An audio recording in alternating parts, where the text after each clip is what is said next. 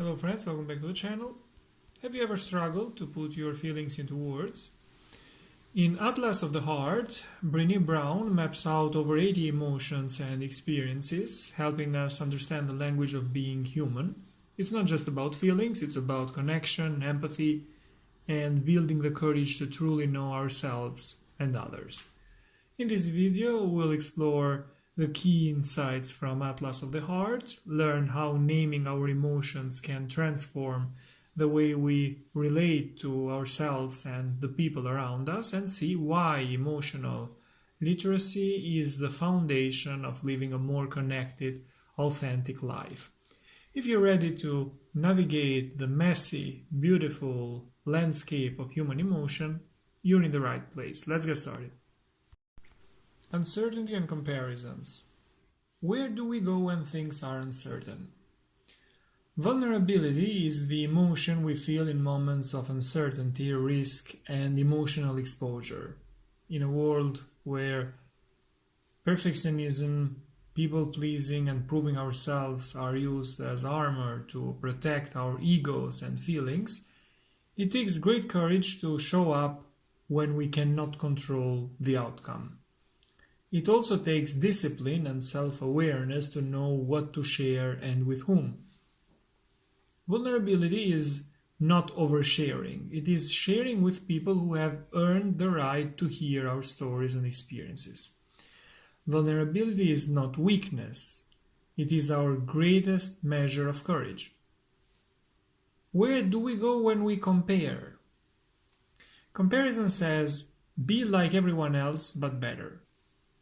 At first, it might seem that conforming and competing are opposites, but they're not. When we compare ourselves to others, we rank ourselves along a specific scale of likeness.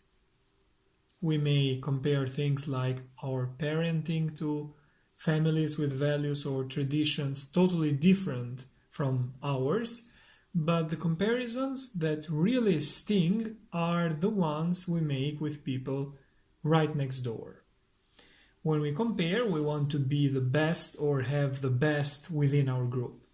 The goal of comparison becomes this crushing paradox of fit in and stand out. It is not about being yourself and respecting others to be authentic. It is about fit in to win. The good news is that we can choose how to be influenced. If we do not want this constant automatic ranking to negatively shape our lives, relationships, and future, we need to be aware enough to recognize when it is happening and which emotions it is driving. Where do we go when things don't go as planned? Disappointment is unmet expectation. The more meaningful the expectation, the more significant the disappointment. Every day, sometimes every hour, we consciously and unconsciously set expectations of ourselves and the people in our lives, especially those closest to us. Unconscious, unexamined, and unspoken expectations are the most dangerous and often turn into disappointment. When the image or movie in our heads doesn't play out in real life, we feel disappointed. Sometimes this disappointment is heavy, bringing shame, pain, and danger. Disappointment affects us and our relationships. Too many people today choose to live disappointed rather than risk feeling disappointment. Disappointments can be like cuts, but if those cuts are deep enough, or if we accumulate them over a lifetime, they can leave us seriously wounded. Yes, it takes courage to check reality, communicate, and dig into the intentions behind our expectations, but the practice of vulnerability helps us maintain meaningful connection with ourselves and others. Suffering and company. Where do we go when we suffer? Hope is like the air we breathe. To live without hope is to risk suffocating in despair, to risk being crushed by the belief that there is no way out of what holds us back, no way to reach what we desperately need. But hope is not what most of us think it is. It is not a warm, fuzzy emotion that fills us with possibility. Hope is a way of thinking, a cognitive process. Hope is a function of struggle. We develop hope not during easy or comfortable times, but through adversity and discomfort.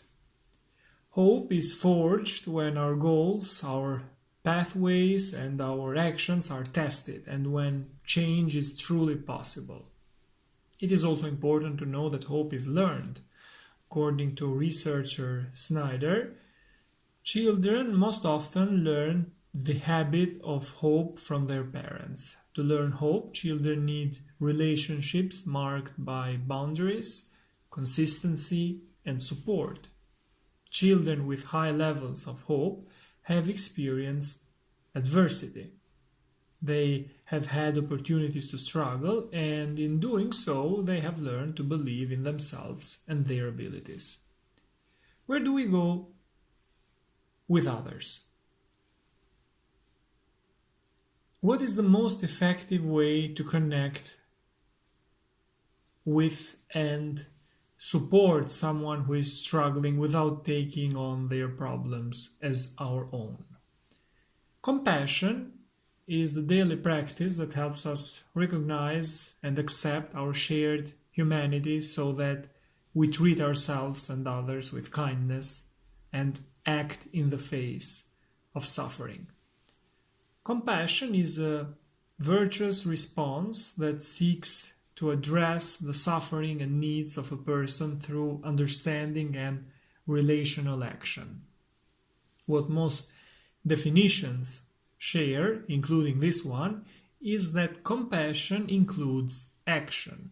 It is not just feeling, it is doing. Compassion is fueled by the understanding and acceptance that we are all made of both strength and struggle. No one is immune to pain or suffering. Compassion is a practice rooted in the beauty and the pain of shared humanity. In her book, The Wisdom of No Escape, American Buddhist nun Pema Chodron writes, "When we practice generating compassion, we can expect to experience out fear of pain. The practice of compassion is daring. It involves learning to relax and allow ourselves to gently move closer to what scares us. By cultivating compassion, we draw from the wholeness of our experience, our suffering, our empathy, as well as our cruelty and terror. It has to be this way. Compassion is not a relationship between the healer and the wounded, it is a relationship between equals. Only when we know our darkness well can we be present with the darkness of others. Compassion becomes real when we recognize our shared humanity." Heart and guilt. Where do we go when the heart is open? We cultivate love when we allow our most vulnerable and powerful selves to be deeply seen and known, and when we honor the spiritual connection that grows from that offering with trust, respect, kindness, and affection. Love is not something we give or get. It is something we nurture and grow, a connection that can be cultivated between two people only when it exists within each of them. We can love others only as much as we love ourselves. Shame, blame, disrespect, betrayal, and withholding of affection damage the roots from which love grows. Love can survive these injuries only if they are acknowledged, healed, and rare. Where do we go when we feel anger? Anger is an emotion we feel when something blocks a desired outcome or when we believe there is a violation of the way things should be. When we feel anger, we believe that someone or something is to blame for an unfair or unjust situation and that something can be done to resolve it. Anger is a catalyst. Holding it in will exhaust and sicken us. Internalizing anger will rob us of joy and spirit. Externalizing anger will make us less effective in creating change and connection. It is an emotion we must transform into something life-giving, such as courage, love, change, compassion, justice. Sometimes anger may mask a stronger emotion such as pain, regret, or shame, and we must use it to dig into what we are really feeling. Either way, anger is a powerful catalyst, but a life-draining companion. Anger in response to experiencing or witnessing injustice, pain, and struggle can be a powerful catalyst for change. But by definition, a catalyst sparks change. It is not the change itself. Where do we go to self-assess? Humility is openness to new learning, combined with a balanced and accurate assessment of our contributions, including our strengths, imperfections, and opportunities for growth. What humility is not is belittling yourself or your accomplishments, which, according to researchers, is modesty, not humility. Nor is it low self-esteem or letting people walk over you. The emotion of humility involves understanding our contributions in relation both to the contributions of others and to our place in the universe. It differs from pride in that with pride we focus entirely on the positive aspects of a specific achievement. The term intellectual humility refers specifically to the willingness to consider information that does not fit with our current thinking. People who demonstrate intellectual humility are not lacking in confidence or conviction. They may hold strong opinions, but they are also open to hearing other perspectives.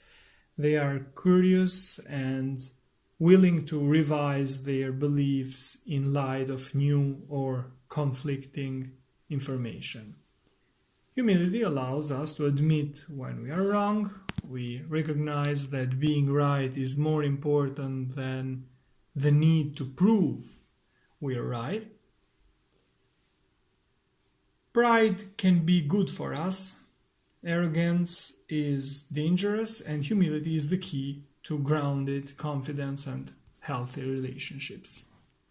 These were my notes on Brené Brown's Atlas of the Heart. The key insights from this book teaches how naming our emotions can transform the way we relate to ourselves and the people around us, and see why emotional literacy is the foundation of living a more connected, authentic life. Thanks for watching. See you in the next videos. Take care.